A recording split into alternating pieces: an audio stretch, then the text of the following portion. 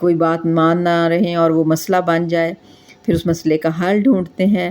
ترازو ہوتا ہے کوئی چیز تولنا، جس سے ناپنا۔ تجویز ہوتا ہے کسی بات کی تجویز دینا، یعنی کہ بات بتانا۔ پلڑا مین ترازو کا ایک سائیڈ، ایک حصہ۔ انصاف، انصاف کا مطلب ہے کہ دونوں کو برابر برابر جو ہے حصہ دینا، انصاف کرنا۔ خاموش، خاموش کا مطلب ہے چپ ہو جانا۔ معاوضہ، کسی کام کی اجرت دینا، ٹھیک ہے۔ کہاوت، یعنی کہ وہ بات جو ہر بندے کے منہ پہ ہو، مشہور ہو، ٹھیک ہے۔ تو یہ تھی ہماری آج کی کہانی اور مشکل الفاظ کے معنی، اور آپ نے یہ کہانی جو ہے خود اپنے دوستوں کو بھی سنانی ہے، ٹھیک ہے۔ کہانیاں پڑھا کریں، کتابیں پڑھا کریں، اور میں نے بہت سی کہانیاں پہلے بھی اس میں اپلوڈ کی ہوئی ہیں اپنے چینل پہ، تو اگر آپ کو یہ خود بھی کہانی اچھی لگے تو اس کو لائک بھی کریں اور دوستوں کے ساتھ شیئر بھی کریں، ٹھیک ہے۔ اوکے، اللہ حافظ۔